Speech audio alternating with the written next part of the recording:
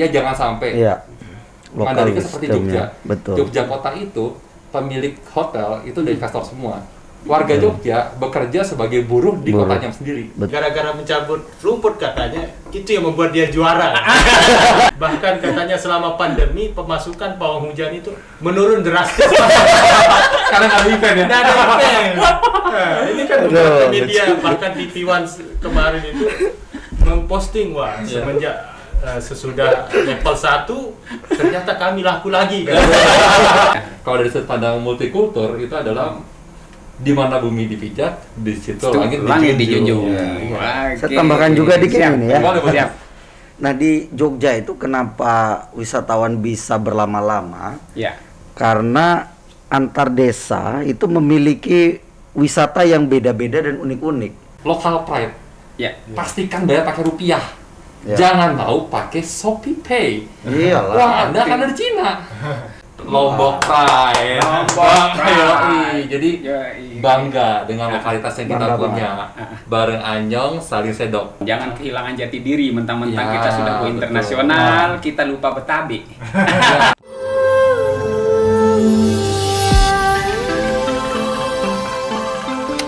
Mandalika ini sedang menjadi hot dunia saat ini dengan keunikan sirkuitnya.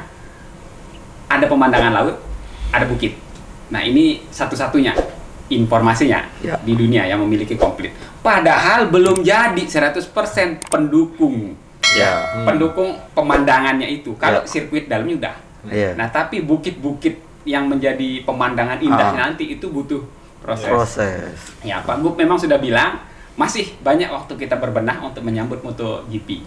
Nah sekarang bagaimana UMY melihat ini, apakah ini menjadi peluang atau tantangan? Karena kita melihat ini magnetnya, orang sekarang berbicara Mandalika itu ada di sini. Saya khawatir nanti anak-anak NTB itu udah ada pusat internasional kok di sini. Ngapain ke Jogja? Bagaimana Pak Dokter Imam?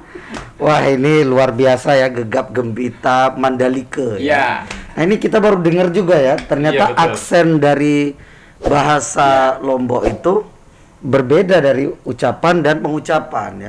Kalau kami kan tahunya Mandalika. Iya Mandalika. Terus jelas Mandalika. Ya, Teksnya Mandalika. Oke. Nah ini sebenarnya sejalan dengan visi besar UMY ya. Jadi Senat Universitas dan Pak Rektor itu sudah membuat planning UMY sampai 2050 ke depan. Jadi stepnya itu jelas. Nah salah satu stepnya UMY tahun 2025 di samping menjadi reputable university, ya kita harus masuk ke dunia world class university. Nah dengan adanya Mandalika ini justru ya citra Indonesia di mata dunia kan makin kuat. Seiring waktu jutaan mata akan pada satu momen ini baru Superbike aja udah gegap gempita gini. Ditambah MotoGP gitu. F1. F1 lagi. Nah, ini merupakan harus kita tangkap peluang ini. Kita harus memperkenalkan university kita itu juga sama, tidak hanya di bidang olahraga Indonesia maju. University kita ya betul-betul kita siapkan SDM-SDM-nya untuk menyambut nanti target kita mahasiswa UMY nggak hanya orang Indonesia. Ya kita sudah buktikan saat ini mahasiswa asing kita itu hampir 52 negara. 52 negara. Ini belum ada Mandalika loh. Begitu ada Mandalika ya target kita bisa nggak 200 misalnya. IAI Komarul Huda. Sehingga rakyat NTB pasti nanti sudah terbiasa banyak pendatang ke sini. Pola pikir berubah, pentingnya pendidikan. Justru menurut saya yang mau banyak melakukan studi pendidikan itu makin besar karena makin makmur. Sehingga yang saat ini masih pengen belum kuliah, yang saat ini generasi Z masih SMP SMA atau SD, dengan makin internasionalnya NTB, mereka kan lambat laun akan berpikir ya ini peluang besar. Nah justru nanti menurut saya ya SDM NTB ini lambat laun pasti untuk tidak kuliah itu makin sedikit. Justru ke depan makin banyak ini, kalau menurut optimis saya. Jadi Mandalika justru menunjang sektor ekonomi dan juga pendidikan. Kan selalu ada cara pandang dari Pak Dokter ini, karena beliau ini memang untuk promosi, jangan khawatir. Jangan lupa website UMY Muda Mendunia. Terkait ini tagline kita. Ini tagline ya. Jadi kami ada 2 ya, ada unggul Islami, itu kan memang cita-cita kita kompetensi di bidang ilmu, tapi morality juga. Tapi kami ada kredo bahwa UMY ini muda mendunia. Muda mendunia. Ya, panggilannya Sobat Muda Mendunia. Sobat Muda Mendunia. Kenapa? Karena usia UMY ini baru 40 tahun, Bang. Baru 40 ya. Kalau ukuran university ini di Indonesia saja masih tahap muda sekali, karena generasi yang lama-lama universitas yang sudah eksis banyak. Tapi kami mampu mengejar ini. Bahkan terakhir kemarin UMY masuk 100 perguruan tinggi terbaik se-Asia. Se-Asia kami masuk 100. Ya berarti kita masih bermimpi bisa 50 ya. Dengan terobosan ini mendunianya ya atmosfer yang sudah dibangun, ya kerjasama internasional, pertukaran mahasiswa dan lain sebagainya. Nah ini yang menurut saya visinya hampir sama dengan Indonesia ya, bahwa kita nggak boleh dong jadi follower terus, penonton terus. Kita harus jadi pemain. Kalau kita mengirimkan pelajar-pelajar kita ke luar negeri, ya pelajar luar negeri juga coba nih kualitas pendidikan Indonesia. Begitu Bang.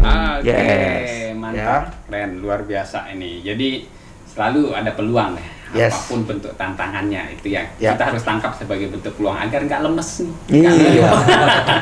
Karena kalau mikirin yang menjadi minus-minus kita, kapan kita mau maju?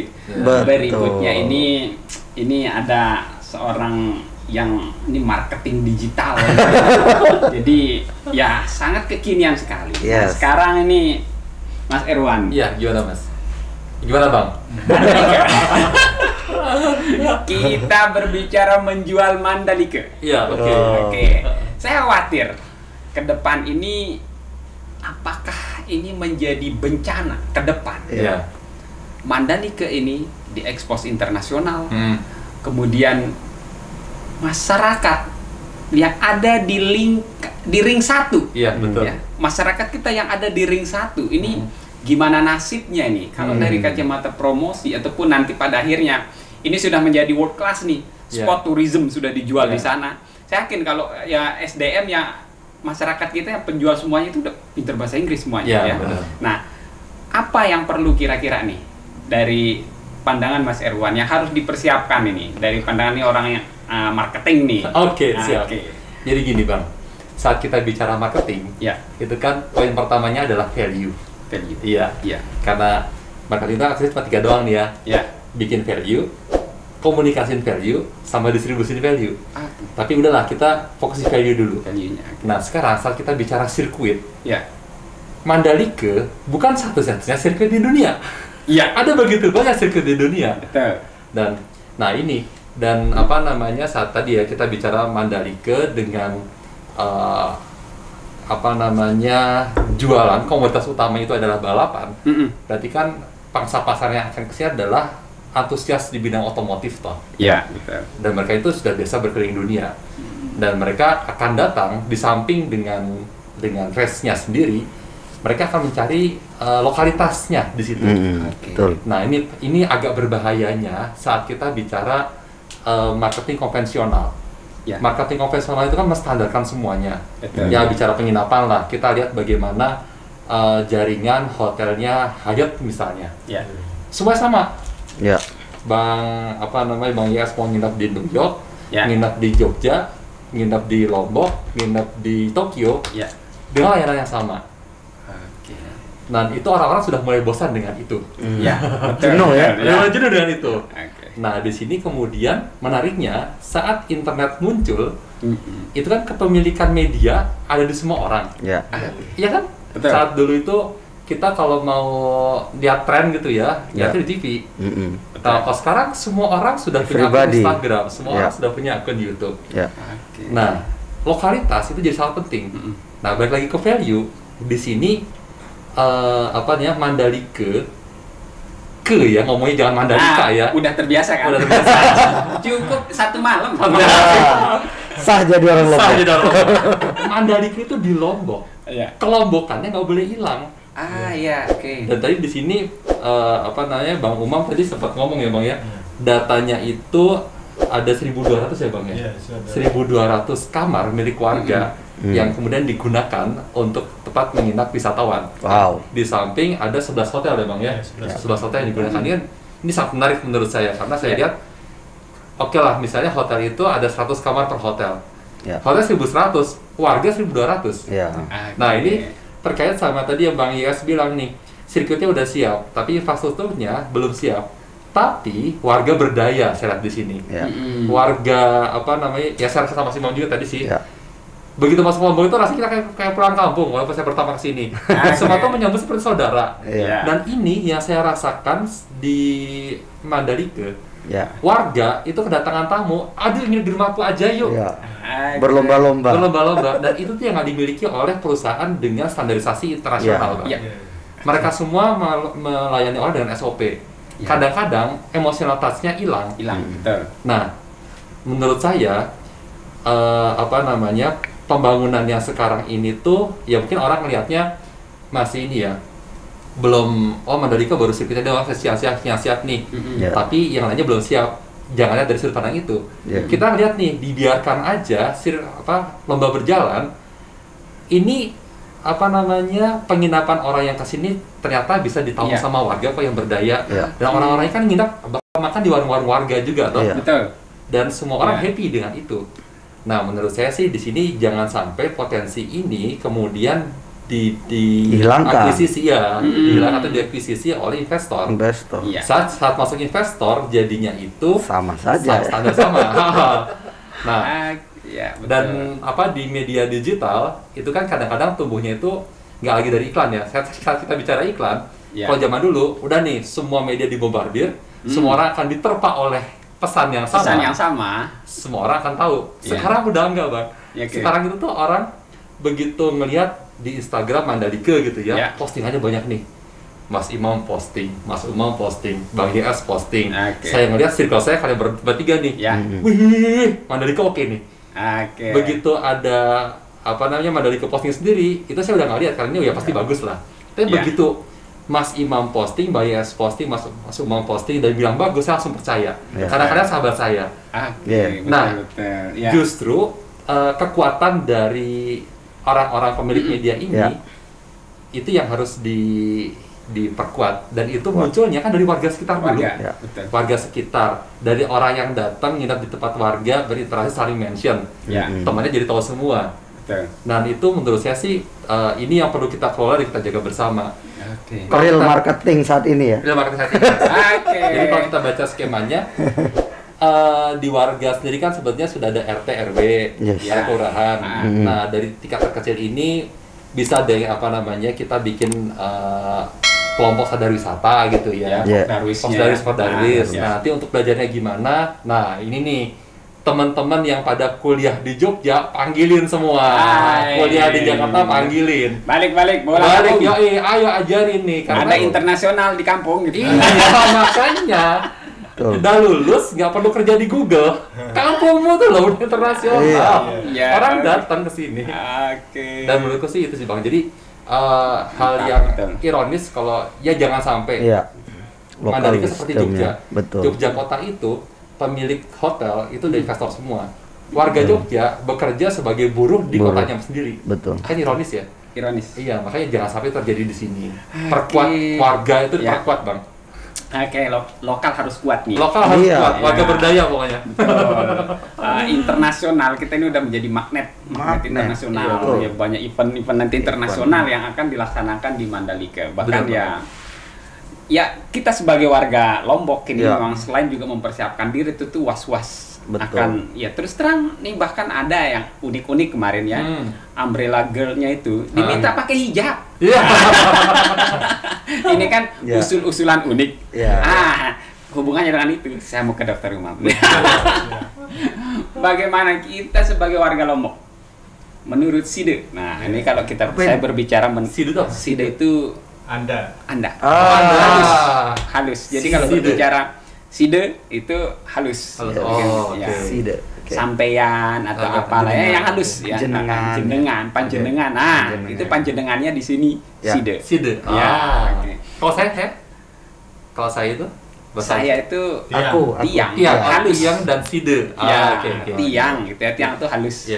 Oke, Pak Dokter, ini gimana ngelihatnya? Kita sebagai warga Lombok, fenomena yang terjadi ya akhir ini kira-kira ada nggak menurut kita, kalau bahasa kita betabe itu kula nuwun. Nah, kira-kira perspektif kula nuwun betabenya warga internasional yang kesini, menurut Side bagaimana, Pak Dokter?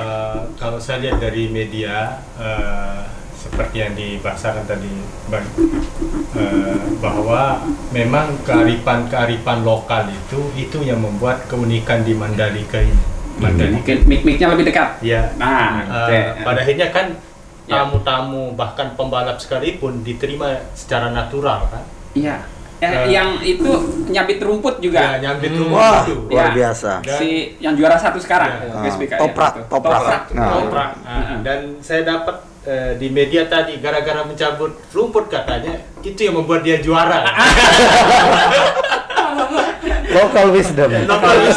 Itu sebenarnya harus tetap menjadi lokal value ya, nilai-nilai lokal itu. Terus yang kedua itu juga ketika pembalap ini kecewa tidak jadi balapan karena faktor cuaca, badai hujan dan lain sebagainya, mereka mandi seperti anak kecil kemudian menggunakan sampo. Itu kan unik gitu. Dan hari sebelumnya ketika mereka kepanasan, mereka sudah capek berendam di ember. Akhirnya mereka berendam di ember kan. Betul. Ini kan orang-orang yang internasional yang coba merasakan kearifan lokal yang ada di Lombok, dan itu sebenarnya harus dipertahankan. Nah, kemudian yang kedua itu kan dalam teori-teori sosial kan merit system itu harus diutamakan. Orang bekerja sesuai dengan bidangnya, sesuai dengan keahliannya. Taruhlah misalnya yang membuat area MotoGP ini sirkuitnya orang-orang yang ahli di bidangnya, baik pengaspalan, kemudian casting lampu ataupun batas-batas pagar dan lain sebagainya kan, bahkan aspalnya katanya diimpor dari luar negeri. Terbaik hanya 4 terbaik yang menggunakan kualitas yang sama. Cuma kalau saya lihat di beberapa media tidak pernah mencoba orang yang terbaik yang bisa menggeser awan itu. Bahkan itu yang mungkin boleh jadi panitianya lupa. Dan tadi AAU saya lihat dengan teknologi kekinian itu sudah berusaha menggeser awan. Nyebar garam. Iya, itu kan salah satu teknik yang cukup rasional kan. Tetapi yang irrasional ini tidak dilakukan.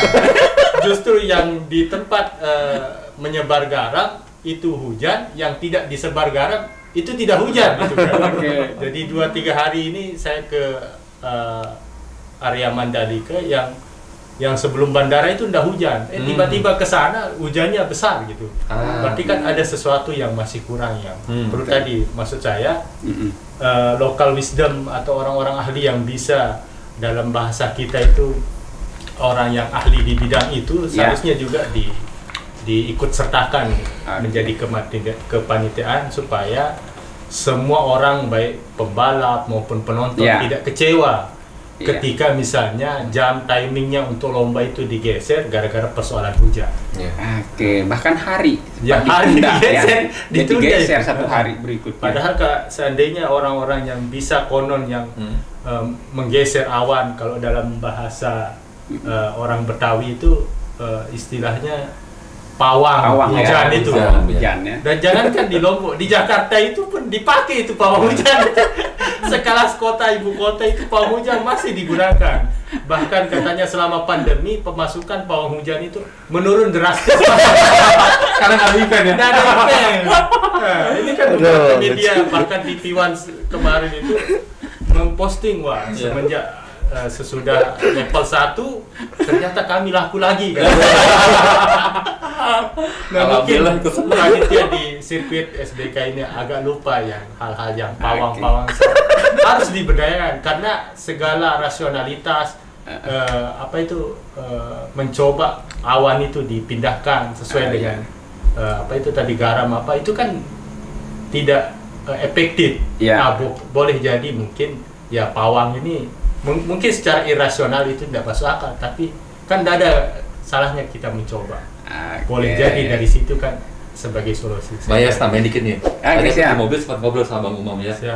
Bang, kalau untuk membuat sebuah acara itu kan ada nggak sih upacara kulonunnya? Iya. Ada. Nah, itu tuh kalau dari Bang Umam memang itu jadi upacara untuk minta izin acara di sini. Tapi saya dari sudut pandang marketer itu adalah objek wisata.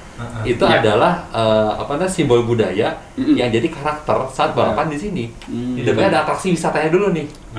Dan orang kan akan melihat eksotisme dari sebuah kelompok tuh di sini. Dan itu part dari acara besar, bayangkan expose-nya seperti apa. Iya, betul. Hospitality-nya. Iya, bentuknya seperti itu. Ya, dress-nya di sini cara seperti itu. Jadi atraksi-atraksi ya kalau saya dari atraksi wisata ya, tapi kalau dari sudut pandang multikultur itu adalah di mana bumi dipijak, di situ langit dijunjung. Saya tambahkan juga dikit ini ya. Nah, di Jogja itu kenapa wisatawan bisa berlama-lama? Karena antar desa itu memiliki wisata yang beda-beda dan unik-unik. Mereka mau bosen ke Malioboro misalnya, mereka bisa ke Kasongan untuk melihat gerabah unik-unik seperti ini misalnya. Mereka bosen ke Kasongan, mereka bisa ke Manding untuk melihat kerajinan kulit. Nah, mungkin luaran-luaran dari Lombok yang sudah ada magnetnya, akan jutaan orang akan terus ke sini ya. Di sini ini ngapain saja setelah ngelihat itu. Nah, itu dibuat misalnya di kampung ini kalau mau lihat digitalisasi anak-anak desa yang paling bagus Lombok, ini kampungnya gitu. Betul. Terus di tempat Bang Umam beda lagi mungkin. Kalau mau lihat tradisi keagamaan yang unik di kampung Umam. Jadi kenapa tadi kita di perjalanan ya? Kalau yang lain kan kami lihat sama ya dengan daerah kita hampir sama. Tapi begitu ada yang unik, ada yang nikahan tadi diantar pakai apa Bang? Nyongkolan. Kita langsung mata kita kayak ada magnet. Wih, ini tradisi yang belum pernah kita lihat loh. Nah, kan kalau kita ke Jepang, itu kan yang kita cari bukan bangunan yang sudah ada di Indonesia.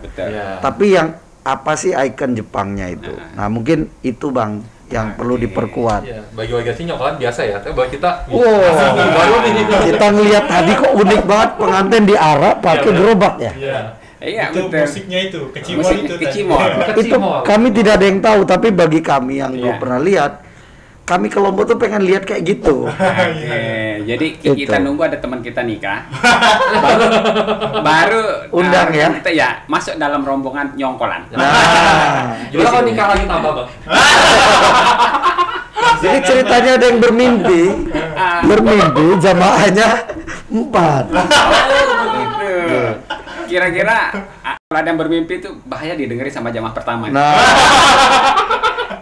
luar biasa ini Bang Umam ya. Oke, sip. Luar biasa. Jadi yang kita omongkan malam ini terkait Mandalika itu yang asik-asik aja. Jadi nggak perlu baper yang lainnya. Kalaupun ada yang merasa ini obrolan santai kami, obrolan pintar kami, ngobrol pintar. Ini saya minta closing statementnya.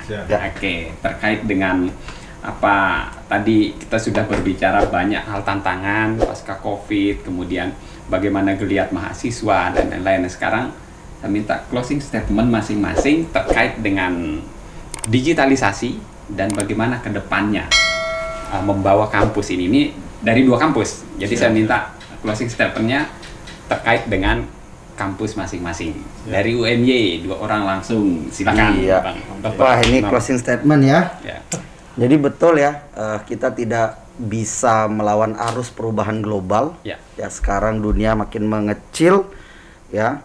Sehingga arus informasi ini mau tidak mau kalau kita melawan ya kita akan kalah dengan arus perubahan. Ya, disruption era ini justru kita harus berbenah strategi kita, cara pandang kita, mungkin strategi kita yang terbaik saat ini yang kita rasakan.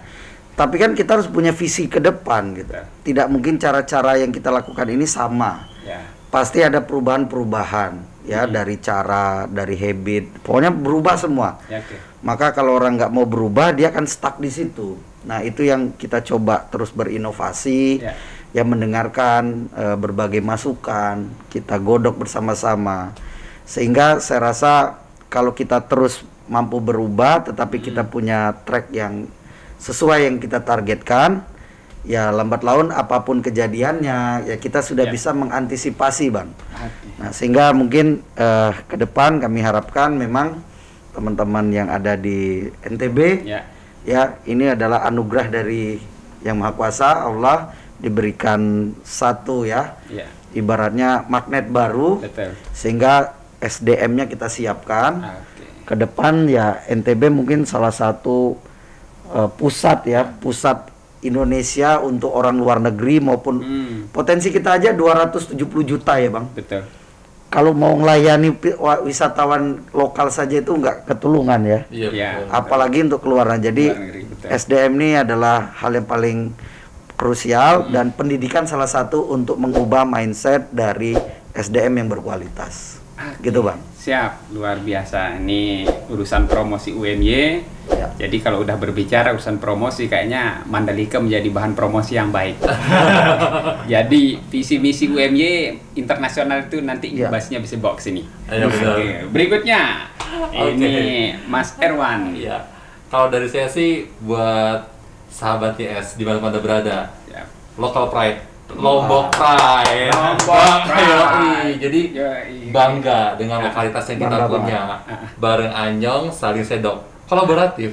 Karena tadi tiap orang punya lokalitasnya masing-masing gitu ya. Walaupun sama-sama di Lombok, di daerahnya masing-masing itu mesti punya lokalitas masing-masing. Banggalah dengan lokalitasmu, karena lokalitas-lokalitas ini yang bergabung ini akan jadi sebuah potensi multikultur yang menarik, yang bikin orang datang ke sini. Jadi sekali datang, mungkin datangnya tadi kata Mas, nggak sirkuit doang gitu ya, balapan. Tapi habis dari balapan nggak kelar-kelar, kulinernya nggak habis-habis, atraksi wisatanya nggak habis-habis. Jadi bisa jadi orang tuh stay di sini bisa sebulan. Bayangkan berapa uang yang beredar, dolar yang beredar di sini ada berapa? Cuan beredar. Dan jangan sampai ini yang ironis, local pride. Pastikan bayar pakai rupiah. Jangan mau pakai Shopee Pay. Wah, Anda akan ada di Cina. Perputarannya itu bangga dengan rupiah. Bahkan kalau misalnya ada Lombok Coin gitu ya, Bitcoin dari Lombok, ya udah pakai itu aja. Jadi jangan sampai kita lihat uang digital karena terlena karena kemudahannya. Pastiin dulu servernya ada di mana nih. Kalau ada server lokal, pakai lokal. Pokoknya lokal pride lah, Lombok Pride. Lombok Pride, terus kita bangun. Mantap, terima kasih Mas Erwan.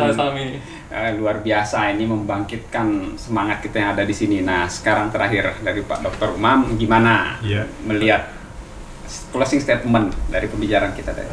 Closing statement mulai dari pembahasan Pak Dokter awal sampai akhir itu, saya cuma membuat satu kalimat yang bagaimanapun juga World Superbike ini mendatang kurang lebih 60.000 wisatawan dan diperkirakan ada 400 juta penonton seluruh dunia.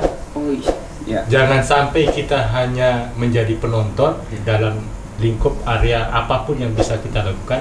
Hendaknya bisa kita menjadi pemain, minimal kita bisa menjual apa yang keunikan-keunikan yang ada di Lombok ini. Saya kira begitu. Oke, terima kasih Pak Dokter. Ada satu kata kunci, local pride. Ini yang harus kita bangun. Jangan kehilangan jati diri mentang-mentang kita sudah go internasional, kita lupa Betawi. Ikutin kota Iya, jangan sampai seperti itu. Boleh pakai motor gede, motor cc besar, tapi kalau ada orang tua, ada tuan guru di depan, Abi, assalamualaikum. Itu yang ada di luar, itu. Mari kita jaga bersama. Ini sebuah potensi global kita ke depan. UMY melihatnya tetap ini sebagai magnet menarik buat UMY untuk mempersiapkan SDM-nya. SDM itu dipersiapkan UMY, nanti akan ditaruh juga di sini. Kemudian lokal kita, masyarakat kita di sini juga jangan terlena. Jadi jangan lama-lama terlena dengan apa yang kita banggakan saat ini, tapi segeralah mempersiapkan diri karena masih banyak event-event internasional ke depan. Demikian pembahasan ngopi kita bersama luar biasa Dr. Imam Suprabowo. Beliau Kepala Urusan Promosi UMY. Kemudian ada Mas Erwan Sudiwijaya, ini Sekretaris Prodi Ilmu Komunikasi UMY. Dan ada Dr. Lalu Hatibul Umam. Beliau ini Ketua Senat IAI Komarelu Debagu. Oke, demikian. Semoga banyak manfaat yang bisa kita petik, semangat-semangat positif untuk membangun ke depan di wilayah kita di Nusa Tenggara Barat. Dan tentunya UMY sukses dengan misinya. Sip, keliling 10 kabupaten kota. Semoga sehat. Ini saya mau dengar memecahkan rekor.